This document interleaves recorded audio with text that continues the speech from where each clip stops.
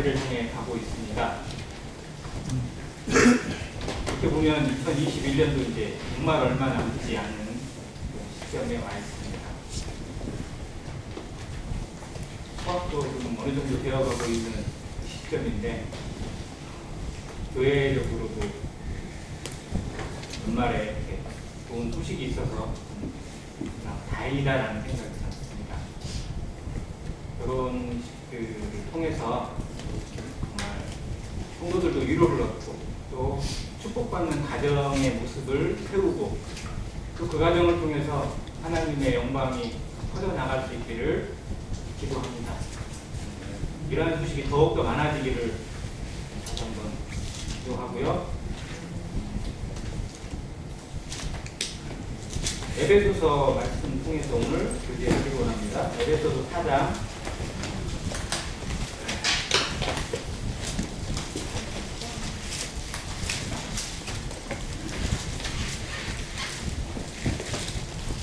11절부터 15절까지 보도록 하겠습니다. 11절 제가 읽겠습니다. 그가 어떤 사람은 사도로, 어떤 사람은 선지자로, 어떤 사람은 복음 전하는 자로, 어떤 사람은 목사와 교사로 삼으셨으니 이는 성도를 위하여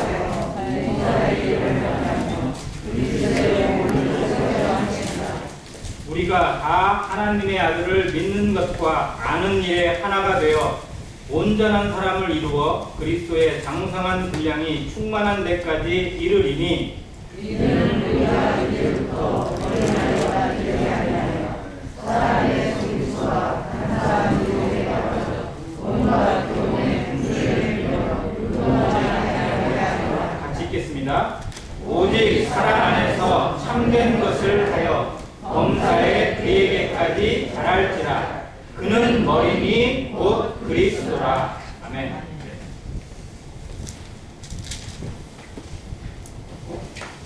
예전에 교회 표어로 이 부분의 말씀을 세운 적이 있습니다. 믿는 것과 아는 일에 하나 되자라는 그런 내용을 세운 적이 있는데,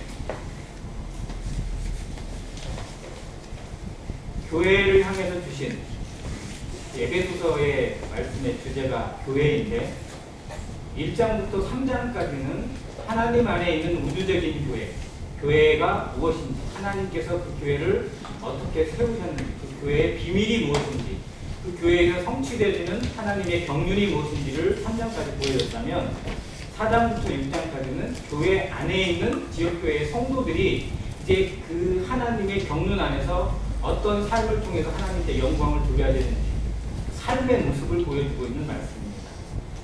그 가운데 이 4장에 있는 말씀, 믿는 것과 아는 일에 하나가 되는 모습을 오늘 생각해 보기로 합니다.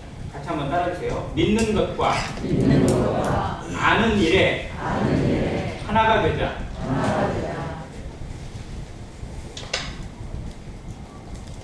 그 부분의 말씀을 다시 한번 생각하면서 오늘 첫 부분에 나와 있는 은사, 그리고 삶의 균형, 그리고 사랑 안에서 행하는 모습들을 생각해 보기로 합니다.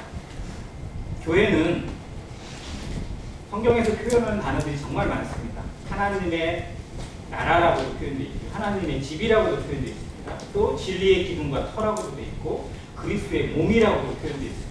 하나님의 경륜의 완성이기도 합니다. 그런데 이 교회를 성장하게 하고 또 성숙해 하고 발전하게 하는 모든 원동력은 누구에게 있을까요? 교회가 성장하고 발전하고 성숙되어져가는 모든 원동력은 누구를 통해서일까요? 성령이 주체가 됩니다. 그래서 4장의 1절에 보면 성령이 하나 되게 하신 것을 힘써 지키라는 말씀으로 하고, 여기에 성령을 통해서 지금 은사가 나타나 있습니다. 11절에는 교회가 태어나게 되고 교회가 만들어지고 자라게 되고 하는 모든 과정에 핵심적인 역할을 감당하는 은사, 성령이 주신 은사 5가지가 나타나 있습니다. 첫 번째는 사도, 둘째는 선지자, 그리고 복음 전하는 자, 목사와 교사라고 기록되어 있습니다. 사도와 선지자는 교회 시대 초기에 어떻게 보면 주신 어떤 그런 은사로 분별이 되어져서 지금 이 시대에는 사도나 선지자의 이름은 좀 무의미합니다. 대신 뒤에 있는 세 가지, 복음 전하는 자, 목사, 교사, 세 가지의 은사는 교회를 지탱하고 이루는 핵심적인 은사라고 분별을 합니다. 이 중에 좀 논란이 되는 단어 하나가 목사라는 단어입니다. 여기 성경에는 전체 성경 통해서 목사라는 단어는 여기 한 번밖에 안 나와요. 근데 여기에 목사라고 기록되어 있는 단어를 굳이 영어로 표현하면 셰퍼드, 목자라고 표현하는 게 맞아요. 그래서 이제 목양하고 목회하고 돌보는 어떤 그러한 은사를 얘기하는 것이지 직업을 얘기하는 건 결코 아닙니다. 여기는 은사예요.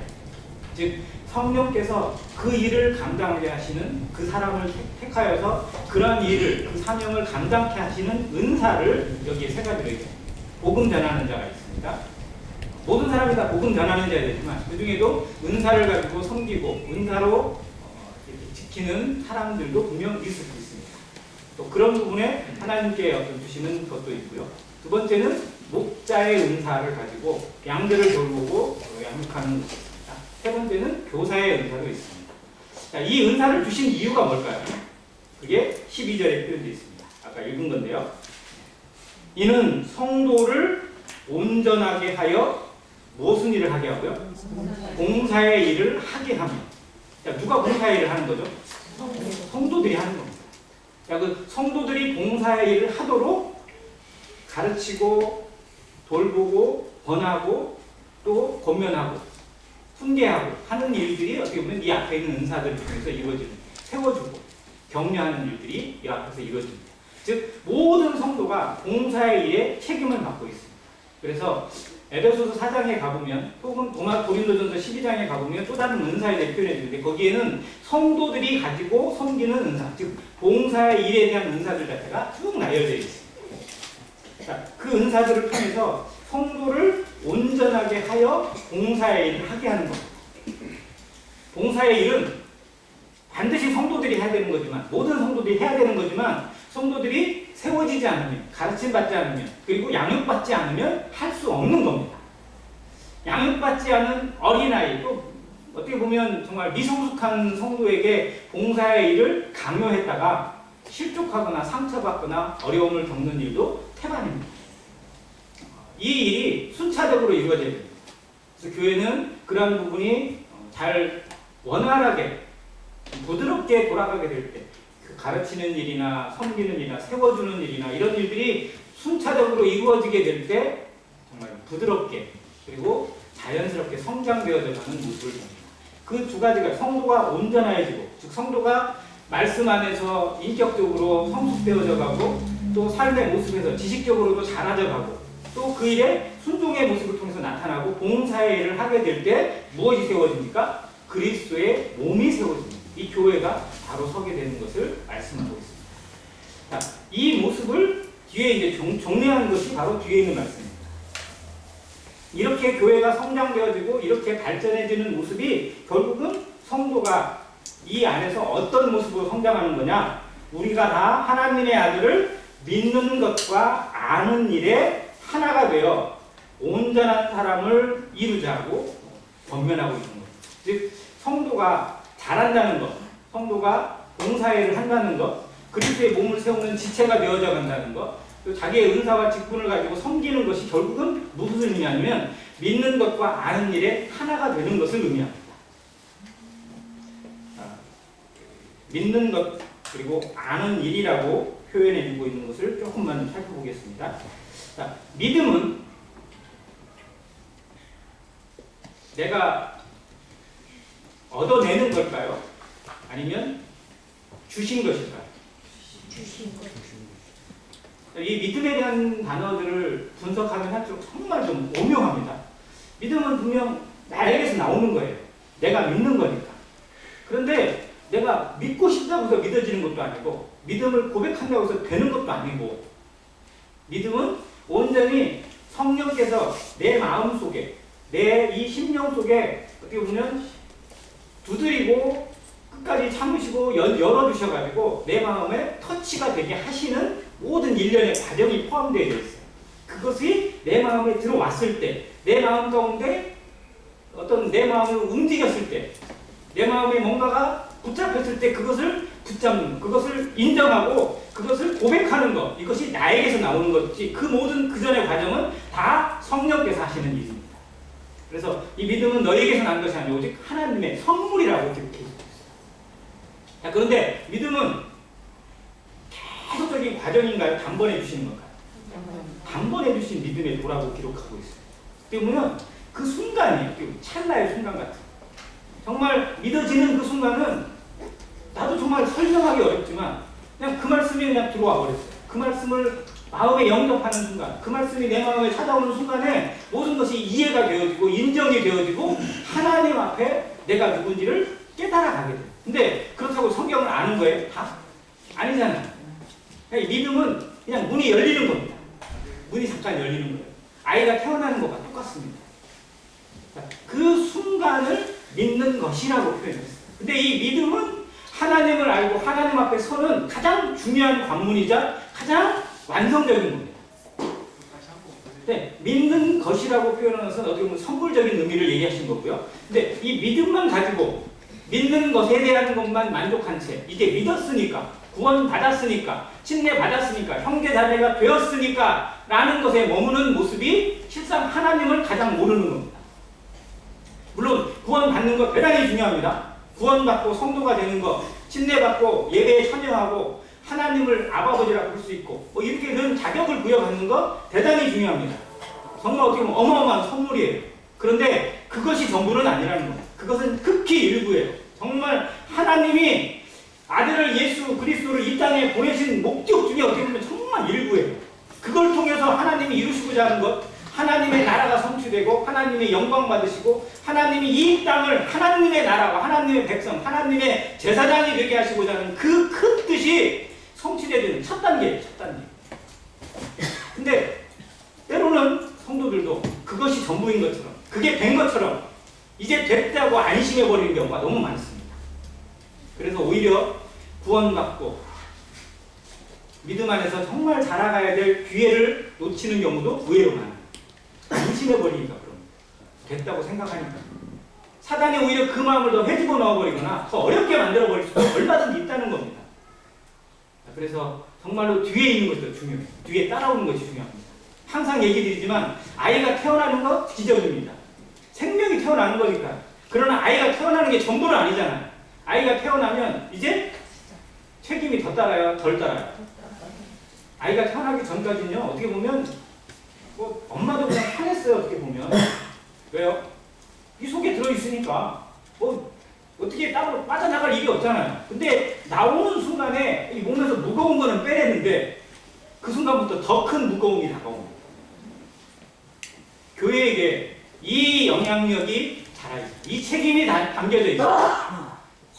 우리가 한 영혼을 데려와서 한 영혼에게 복음을 전하고 구원받게 하는 것, 그가 믿음을 고백하고 형제 자매가 되고 침례받고 정말 교회의 한 일원이 되어지고 몸의 한 구성원이 되는 것, 정말 하나님이 천국에서 기뻐하는 일이고 의인 아원아원을 기뻐하는 것보다 더 기뻐하실 놀라운 축제가 이루어지는 일이 분명합니다. 그러나 그 뒤에 따라오는 책임을 교회가 방관하고 있고 하지 않고 그 일을 무시하고 있다면 그건 정말 우리가 부끄러운 일이고 하나님 앞에서 책망받을 일이라는 거예요. 그걸 위해서 우리가 은사가 있고 그걸 위해서 우리가 직분이 있고 그걸 위해서 이 몸이 존재하는 거예요. 무엇을 도와줘야 되고 어떻게 도와줘야 되는지 서로 살펴보고 관심 가지고 지켜보라고. 아무튼 그것을 은사를 통해서 얘기해주고 있고 거기에 이 부분을 표현합니다. 하나님의 아들을 믿는 것과 아는 일에 하나가 되어 라고 표현합니다. 두 번째는 내 아는 일입니다. 아는 것은 과정입니다. 과정. 뭔가를 안다는 건 좀 새로운 거기도 하고 재미있는 거기도 하고 신비로운 거기도 하고 또 때로는 고역스러운 거.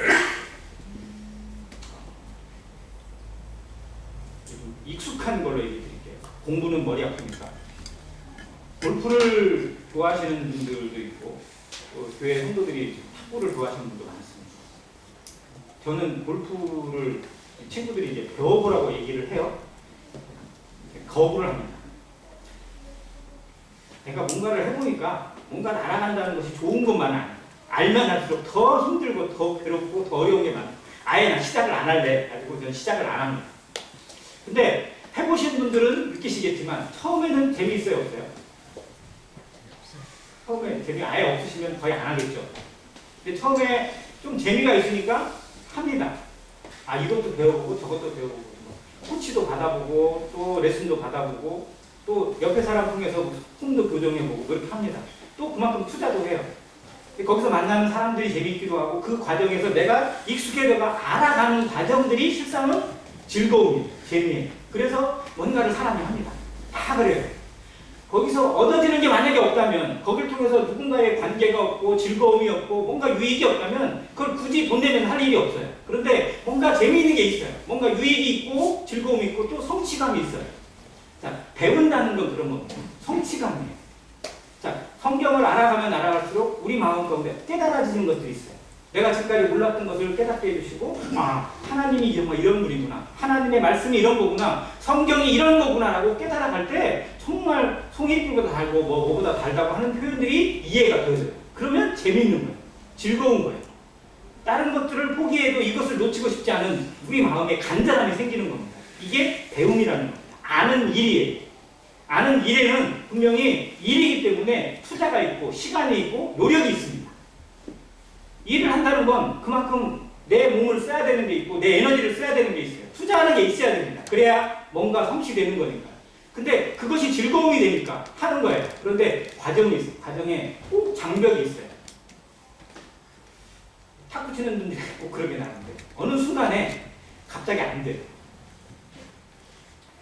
이렇게 하려고도 안 되고 저렇게 해도 안 되고 막 그러다 보면 막 레슨을 많이 받아보고 누군가의 코치를 받아요. 근데 교정이 잘 안 되고 폼도 잘 안 나오고 뭐 남들은 잘 들어가는데 난 안 들어가고 막 그러면 뭐가 생기기 시작해요? 점점 좀 실망이 생기기 시작하고 짜증이 나기 시작합니다. 자, 일에는 반드시 이 과정이 따라옵니다. 일이 모든 게 항상 수월하게 잘 되는 거면 실제로는 일도 아니에요. 근데 모든 일에는 항상 난관이 있기 마련이고 어려움이 되기 마련입니다. 나한테 잘 안 되는 것이 분명히 보이게 되어 있어요. 신앙이 그런 겁니다. 신앙생활을 하다 보면 원리대로 풀어보면 문제를 이렇게 하나도 없을 것 같은데 항상 문제가 와요. 그 문제의 원인은 결국은 누구에게 있는 거예요? 누구에게 있는 거예요? 이게 나에게 있는 거예요. 나에게. 근데 나에게 문제가 있는 것을 인정하지 못하기 때문에 계속적으로 불평이 나오고 원망이 생길 수밖에 없어요. 신앙 안에 이 과정을 하나님이 반드시 허락하셨습니다.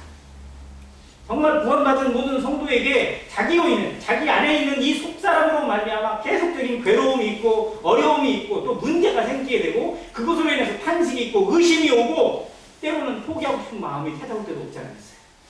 정말 신앙이 이렇게 힘든 건가? 교회 생활이라는 게 이렇게 정말 어려운 건가? 때로는 막 사람이 힘들 때도 있고 귀찮을 때도 있어요. 정말로 그렇게 괴로움이 오게 되면요 정말로 예배당에 가는 것 자체도 무거울 때가 없지 않아 있어요. 물론 그래서는 정말 안 되지만 이게 사람이에요. 이게 나라는 거예요. 그걸 인정해야 돼요. 자, 그래서 그 과정을 깨뜨려야, 나를 깨뜨려야, 내 생각을 깨뜨리고 내가 이런 사람이라는 걸 인정해야 아는 일에서 균형을 잡아간다는 겁니다. 로마서 6장에서부터 7장까지 과정이 그거예요. 정말로 자기 안에 있는 또 다른 나를 찾아보는 괴로움. 왜 내가 이러지? 왜 이것밖에 안 되지? 왜 계속 이 모양 이 꼴이지? 이게 아닌데 이러고 싶지 않은데 왜 나는 계속 이러고 있을까? 이것을 부인하고 싶고 아니라고 하고 싶고 아는 걸로 포장을 하고 싶고 덮고 싶어도 안 되는 거. 이 과정을 모든 성도들이 분명히 겪습니다. 아는 일은 쉽지 않아요. 성화의 과정입니다. 성화는 우리가 좋은 건 분명히 알아요. 하나님이 이루시는 것도 알아요. 성령이 도우시는 것도 압니다. 말씀이 이걸 이루게 하시는 것도 알아요. 근데 잘 안 돼요. 쉽게 되면 무슨 일이 생기지 아세요? 그냥 될 것 같으면 나는 분명히 교만해졌어. 내가 하니까 되다. 나니까 되지! 라는 생각이 정말 하늘 끝까지 치닫게 되어 있어요. 그게 나예요. 왜? 죄악의 본성 자체가 이 뿌리가 이 안에 있기 때문에 계속적으로 다듬어내지 않으면, 깎아내지 않으면 안 되는 존재라는 거예요. 하나님이 실패를 겪고 고난을 겪게 하시고 어려움과 환난과 눈물을 겪게 하시는 이유가 나의 모습을 제대로 보게 하시기 위한 하나님의 방법이라는 겁니다. 그것이 나를 위한 하나님의 사랑이요 나를 단련시키는 하나님의 연단의 과정이라는 사실을 인정하게 될 때 내게 주어진 하루하루 내게 주어져 있는 이 일들이, 내게 주어져 있는 이 과정들이 실상은 하나님이 나의 껍질을 더 보석으로 만들기 위해서 이 육신의 껍질을 벗겨내고 자존심의 껍질을 벗겨내고 자아의 껍질을 벗겨내고 진짜 하나님의 보석으로만 채우시기는 진짜 배기가 나오게 하는 과정이라는 사실을 믿으시기 바랍니다. 그것이 아는 일입니다. 자, 믿는 것은 선물이지만 아는 것에서는 우리 안에서 계속적으로 수긍되어져 가고 인정되어져 가고 따라가는 순종이 나오지 않으면 이루어지지 않는 과정입니다. 대부분의 성도들이 많은 교회가 이 아는 일에 하나가 되지 못합니다. 하나가 된다는 표현이 원어적으로 뭐냐면 균형을 잡는다는 거예요. 균형. 밸런스가 맞는다는 겁니다. 모든 것이 다 밸런스가 맞아야 돼요. 자, 자동차가 좌우에 바퀴가 4개가 있습니다. 근데 막 갑자기 마음에 들어가지고 어디 카센터에 갔더니 누가 막 선물로 자기 차에 있는 타이어보다 한 치수 더 큰 타이어를 선물로 줬어요. 오른쪽에만 이 타이어를 갖다 넣었어요. 오른쪽 타이어는 아주 고급 타이어예요. 엄청 크고. 이쪽은 정상적인 타이어. 그럼 어떻게 되죠? 차가? 어떻게 돼요? 제대로 가요? 못 가요? 못 가요. 계속 일이 돌아가려고. 아무리 잡아들었어요. 진짜 이게 타이어가 좋은 게 중요한 게 아니고 밸런스가 안 맞으면 아무리 안 좋은 것도 밸런스가 맞으면 문제가 안 생겨요. 근데 신앙의 밸런스가 안 맞으면요 계속 삐뚤어져 가게 돼 있어요. 바로 세우는 게 너무 힘든 일이에요. 우리의 모습이 정말 이러지 않습니까? 밸런스가 뭔가 안 맞아가지고 균형이 안 맞아요. 그래서 가기는 가는 것 같은데 계속 돌아가요. 그럼 결국 어떻게 해요? 제자리예요. 제자리.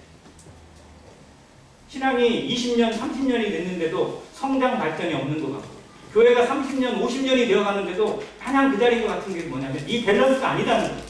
나아가는 게 나아가는 것처럼 보이는데 실상은 삐 돌아서 어디로 와요? 다시 제자리로 와요. 우리의 모습이 그런 모습은 아닌지 스스로 돌아보라는 겁니다. 우리가 하나님의 아들을 믿는 것과 아는 일에 하나가 되어 무엇을 이루어요? 온전한 사람을 이루어라고 기록되어 있습니다.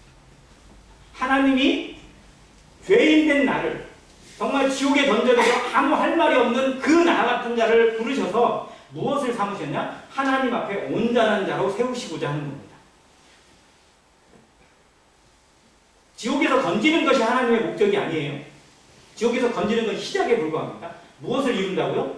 온전한 사람을 이루어. 그 다음 그게 어디예요? 온전한 사람이? 뒤에 나오니까 어디까지 충만한 데까지?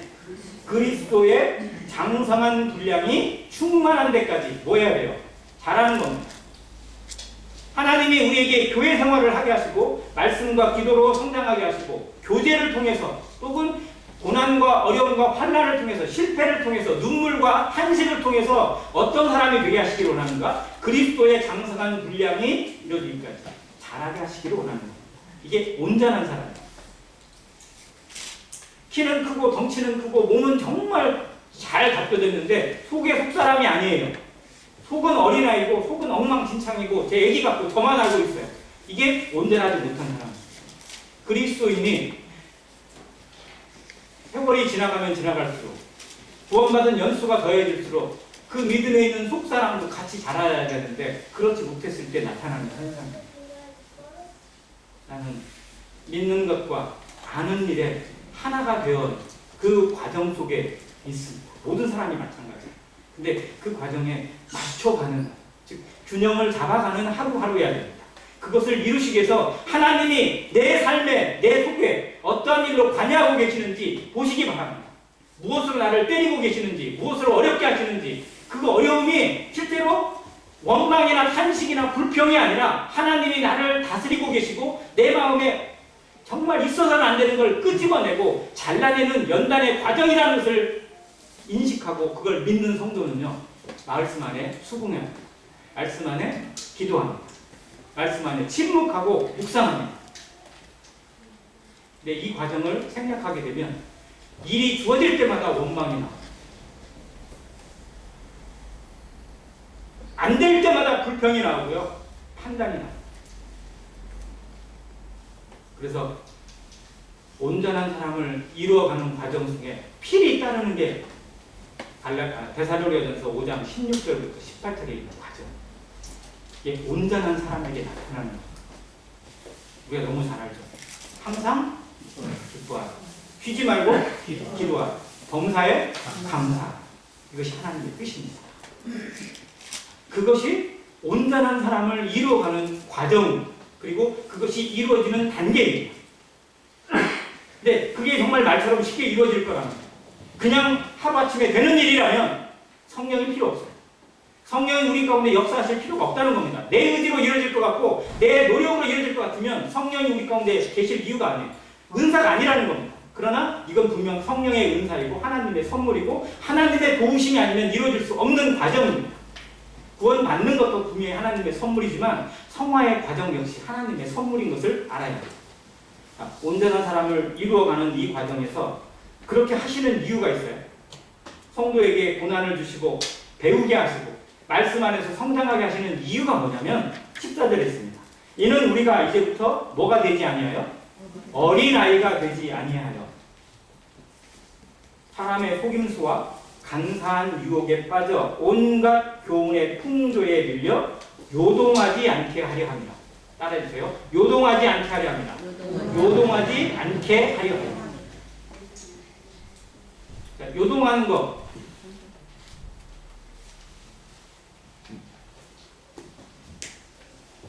정말 불안불안한 거. 거친 파도 가운데 놓여져 있는 돛담배 같은 거예요. 파도가 2m, 3m가 치는데 배가 그냥 거기에 머물러 있어요. 어떤 상황일까요? 언제 뒤집어질지 모르는 상황. 우리 신앙이 가끔 그런 모습으로 느껴지지 않으세요?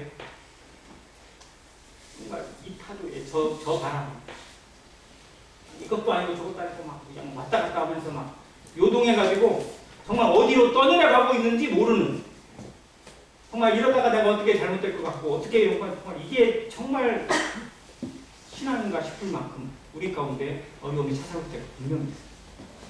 우리에게 이 믿는 것과 아는 일에 하나가 되게 하시는 이유가 뭐냐면 이 요동함을 줄이기 위해서입니다.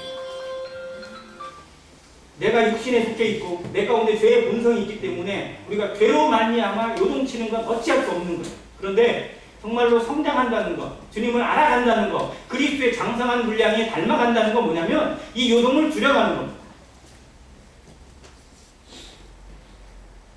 자동차의 기능 중에 다 기능들이 좋은데요. 정말 고급차의 좋은 기능이 뭐냐면 서스펜션입니다. 일반 저가 기본적인 차와 정말 중형차, 아니면 또 거기에 한 단계 더해서 고급차로 가면 갈수록 어디에 정말로 핵심 기술이 들어있냐면 다 마찬가지입니다. 서스펜션이 정말 달라요. 고급차를 타고 계시는 분은 아마 느끼실 겁니다. 방지턱을 혹시 몰라가지고 방지턱을 그냥 달렸어요. 저는 막 엉덩이가 난리가 나요. 저뿐만 아니라 타고 있는 사람, 저는 그래도 느끼죠. 먼저 느끼니까. 근데 타고 있는 사람이랑 뒤에 있는 애들은 더 난리 나죠. 무슨 롤러코스터를 타는 느낌일 거예요. 자, 그런데 좋은 차를 타면 거기에 충격은 똑같이 가요. 방지턱에 대한 충격은 제 차나 고급차나 똑같이 받을 겁니다. 그런데 그 충격을 흡수하는 능력이 확연히 달라요. 그래서 어떻게 돼요? 진동이 순간이에요. 그리고 그 다음에 바로 잡아준단 말이에요. 그 차 자체에 스프링에 그 댐퍼 기능 자체가 워낙 컴퓨터로 정리가 되어 있어 충격이 얼마나 됐는지 계산해서 잡아주는 힘도 똑같은 걸로 버텨주는 거예요. 그래서 금세 안정이 되게 해요. 그래서 진동이 별로 느껴지지 않을 만큼. 자갈밭을 가더라도 그런 것을 충분히 감안해주고 잡아갈 수 있도록 해주는 기능이 서스펜션입니다. 자, 성도가 신앙에 성장되어져 간다는 것이 뭐냐면요. 성령의 능력으로만, 성령이 이 댐퍼 기능을 통해서 서스펜션 기능으로 하는 거예요. 그래서 요동치는 상황이 분명히 어려움이 오면 누구라도 힘들어요. 그런데 그걸 잡아주는 거예요. 붙잡아줘서 더 이상 진동이 계속되지 않도록. 그래서 원활하게 흘러갈 수 있도록, 부드럽게 갈 수 있도록 이끌어주는 기능이 누구에 의해서? 성령이 우리 안에 속사람을 강건하게 하셔서 이루어지는 기능입니다. 내 안에 그리스도의 장성한 분량이 닮아간다는 게 뭡니까? 모든 상황 가운데 평강을 유지하는 겁니다. 어떠한 일이 있더라도 범사에 감사할 수 있는 겁니다. 기도하는 거예요. 항상 기쁨을 유지하고 희락과 능력 가운데서 행할 수 있는, 즉 남들이 볼 때는 정말 눈물 흘려야 되고 서글퍼야 되고 원망해야 되고 누군가에게 정말 불평을 쏟아내야 되는 상황인데 오히려 그 상황에 하나님을 찬양하고 감사해요. 찬송가 가사 중에 아마 배우셨을 겁니다. 스패포드라는 사람이 작사했던 거예요. 내 영혼 평안해. 자, 이 노래가 언제 어떤 상황 가운데 지은 노래라고요? 자기의 딸들이 정말 자기보다 먼저 배 타고 이 여행을 가는 중에 풍랑 만나가지고 죽었어요. 아내만 겨우 살아남고 자기의 그 정말 눈에 넣어도 아프지 않을 만큼 그 딸들이 죽은 상황 가운데 그 소식을 듣고 그 딸의 시체를 찾아다오기로 해서 그 배를 타고 거기에 갔어요. 그 자리에 그 험한 파도가 치고 폭풍이 치는 가운데 내 딸이 저 바다에 잠겼다고 생각하고 그 바다를 바라보는 순간에 눈물이 왈칵 쏟아지고 정말 모든 것을 다 내려놓고 싶고 나도 거기에 빠지고 싶은 마음이 들던 그 순간에 하나님이 주시는 평강으로 말미암아 그 노래를 지었습니다. 그냥 나오는 노래가 아니에요. 우리의 상황 가운데 감사가 그냥 나오는 건 결코 아니라는 겁니다. 어떠한 상황이든 감사를 잃지 않고 하나님을 인정하고 나아갈 수 있는 성도는 그냥 되지 않습니다. 우리 안에 성령의 역사가 아니면 하나님의 은혜가 아니면 하나님이 우리에게 주신 소망이 아니면 이룰 수 없는 것들이라는 거예요. 근데 세상에 살고 있는 사람들은 그렇지 않습니다. 우리가 세상 사람과 다르다는 것, 세상과 구분되어지고 분리되어진 교회가 된다는 것이 뭐냐? 어떠한 상황 가운데든지 감사를 잃지 않는다는 것, 평강을 잃지 않는 것, 요동하지 않는 것. 근데 우리의 삶을 자세히 들여다보시다. 내 삶에 요동이 많습니까? 좋았다가 안 좋았다가 조금만 기분 좋아지면 막 이렇게 됐다가 조금만 어려움이 생기면 푹 터졌다가 막 이런 것이 반복이 되어지니까 어린아이라는 증거입니다. 내가 어린아이라는 사실을 하나님 앞에 인정하고 정말 나를 어떻게 다스리실 것인지 나를 어떻게 양육시키고 성장시킬 것인지 성령께서 행하시는 일들을 우리 안에서 인정하게 될 때 교회는 성숙되어져요. 성도들이 성숙되지 않으면 성도들이 주님을 닮아가지 않으면 성도들이 온전한 사람을 이루어가지 않으면 교회는 계속 그 자리에 머무릅니다. 누구 한 사람에 의해서 교회가 주도될 수는 없습니다. 교회는 같이 가는 겁니다.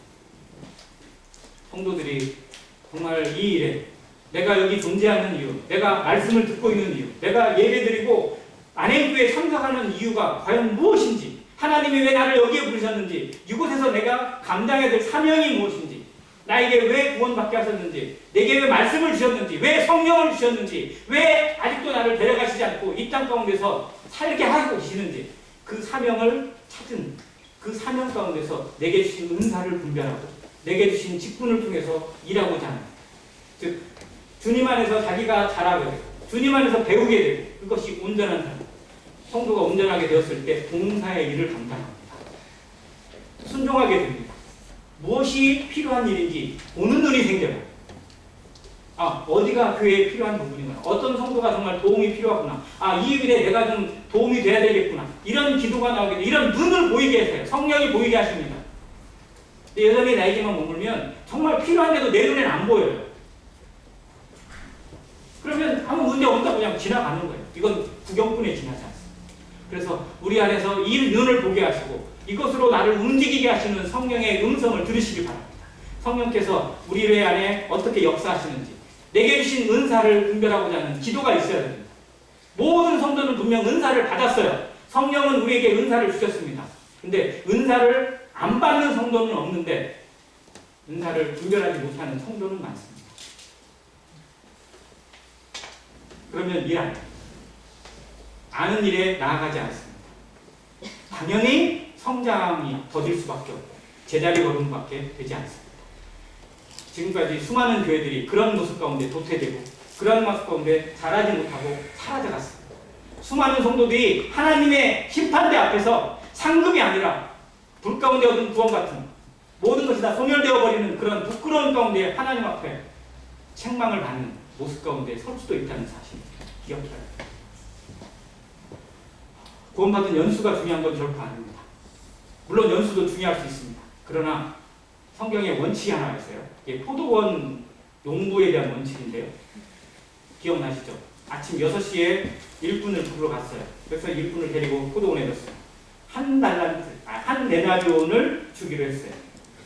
그리고 9시에 갔더니 또 일꾼들이 또 여기 빈둥빈둥 놀고 있어요. 그래서 너희도 들어가라 이래라 라고 했어요. 12시에 갔더니 12시에도 일을 못 찾아가지고 있는 사람들이 너희도 들어가라 해가지고 보냈어요. 심지어 몇 시까지 있었다고요?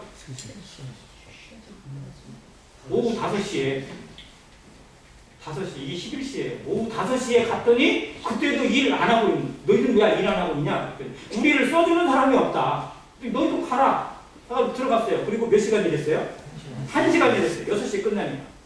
1시간 일했어요. 그래가지고 1시간 일한 사람한테 먼저 계산을 해줬어요. 얼마를 줬어요? 한 대단위를 줬어요. 1시간 일했는데 하루치를 줘버립니다. 그랬더니 아침 6시에 온 애가 다 봤어. 와, 쟤 1시간밖에 안 했는데 한 대로는 받네? 와, 그럼 난 얼마야? 계산을 해봤어요. 자기는 얼마 받아야 돼요? 적어도 10대는 받아야죠. 왜? 최소한 10배 냈을 테니까. 그 마음 가지고 딱 갔어요. 주인 앞에 가가지고 딱 주라고 했더니 얼마를 줘요? 한 대는 주는 거예요. 기뻐요? 화가 나요? 화가 나는 거예요. 자, 근데 처음에 약속할 때 뭐였어요? 약속할 때 한 대는 받기로 했잖아요. 한 대나무이 작은 게 아니에요. 하루 품삯에 원래 일당 주고 일당 자기 거 받은 거예요. 근데 기분 나빠.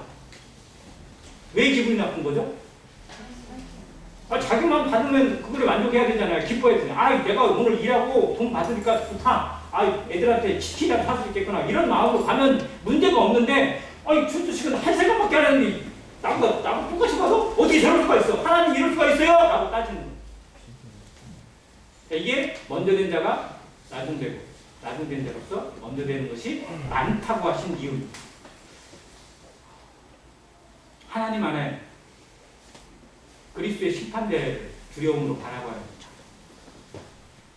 정말 나를 위해서는 생명의 면류관을 예비해 주셨을까?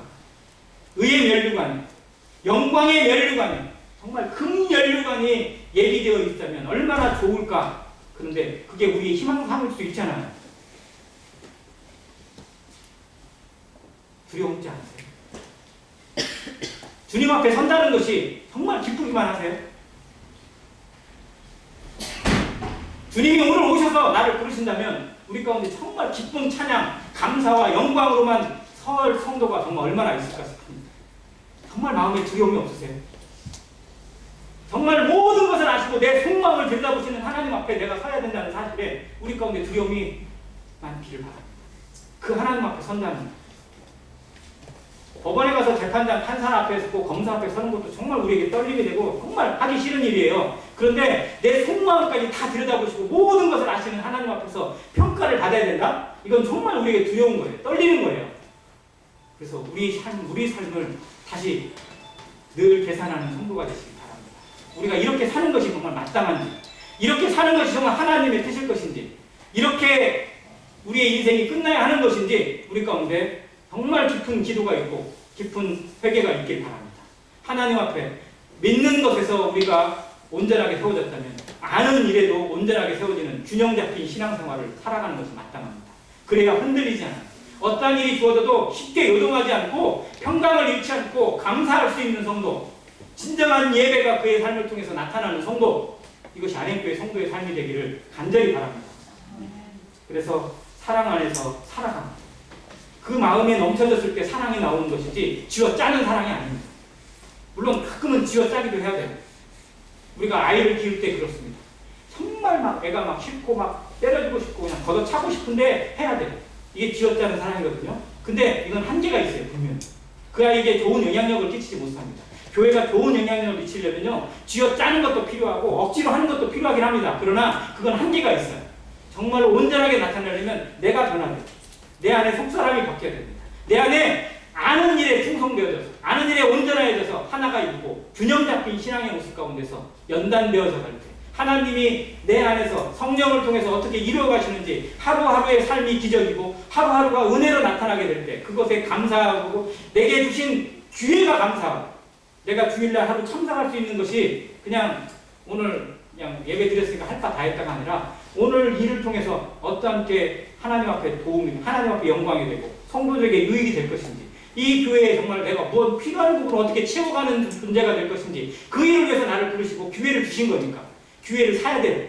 투자해야 됩니다. 그러한 성도로서 안행교회가 주님 앞에 부끄러움이 없는 잘하였도다 착하고 충성된 영이라고 칭찬받는 교회, 칭찬받는 모든 성도가 되시기를 주의 이름으로 축원합니다. 이상입니다.